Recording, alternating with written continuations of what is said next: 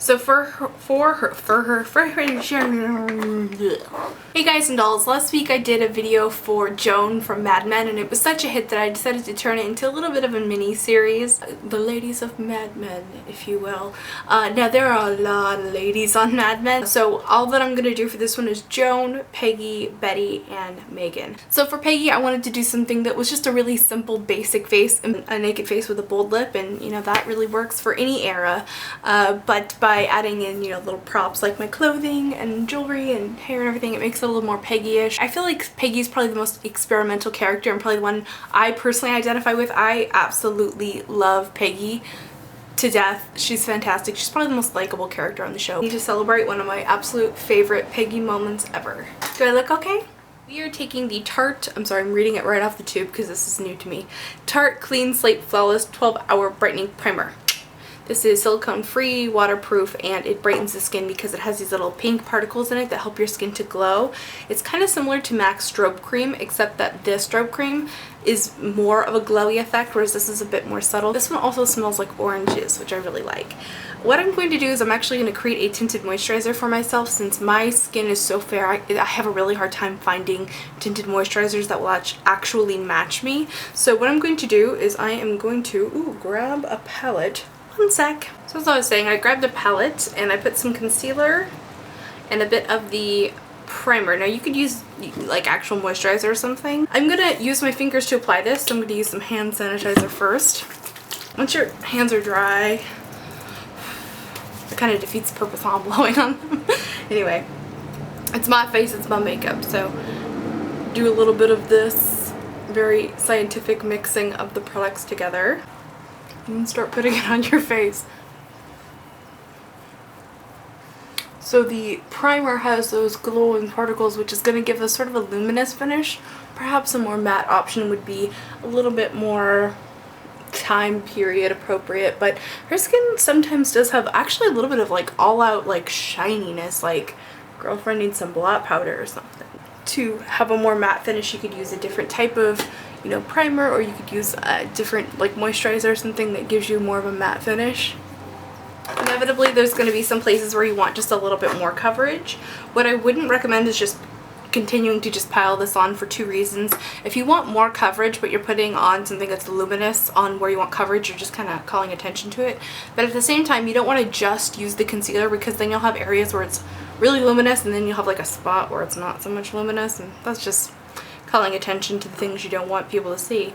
So take your concealer, and what you'll do is you'll just mix in a dab of your little luminous tinted moisturizer, homemade thingamajig. Texturally, it'll just work better. So obviously I need to cover up that little guy. Nothing quite as attractive as getting a blemish right next to your mouth, eh? So once you're done, your skin tone should look even out, but maybe you have like a little bit of like redness or freckles or something coming through still. That's exactly what we're going for. So I'm going to go ahead and let my foundation or tinted moisturizer, whatever you want to call it, I'm going to let it set for a moment while I do my eyes. So I'm going to do a primer. This is Urban Decay Primer Potion. I'm just going to take a flesh tone color. This is from the Wet n Wild Vanity palette. Get some of that on a fluffy brush and just pounce it all over the whole eyelid. And then I read somewhere that they use soft brown on her on the show.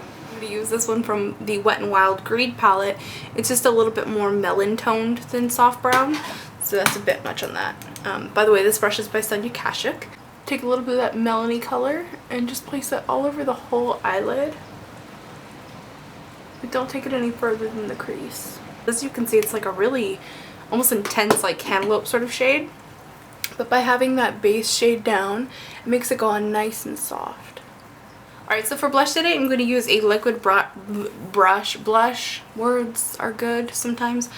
The Makeup Forever HD blush in number 6. This is sort of like a coral pink. Looks nice and healthy and natural. And as you can tell, I got a little messy with mine.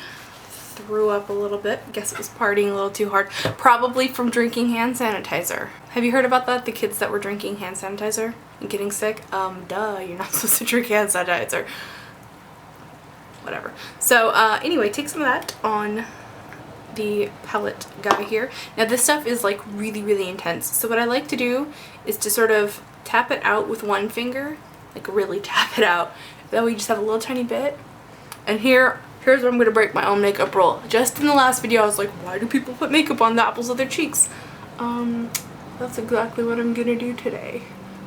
However, I'm just trying to create that flushed look. And we're going with a really light-handed application. It looks a little scary on camera. Trust me, it's light-handed. To set all the cream and everything with powder, so you know, all the face stuff basically. So take some of that HD powder, get it on my palette, then take a small brush. I'm using an angled blush type brush. This is a MAC 168, and just set everything. You can do pouncing and then buffing, pounce and then buff. So for her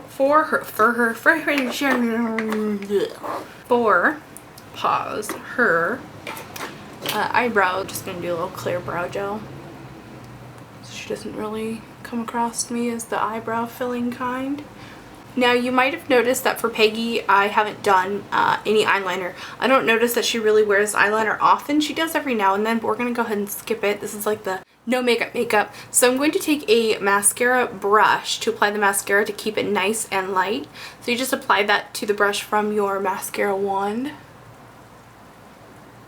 and then brush the color onto your lashes. And that way what you end up with is eyelashes that are tinted. They don't have a lot of added texture or volume or anything, so they just look very natural. And this is really great if you have light colored eyelashes. If you have dark colored eyelashes, I would just put a little bit of clear mascara on instead.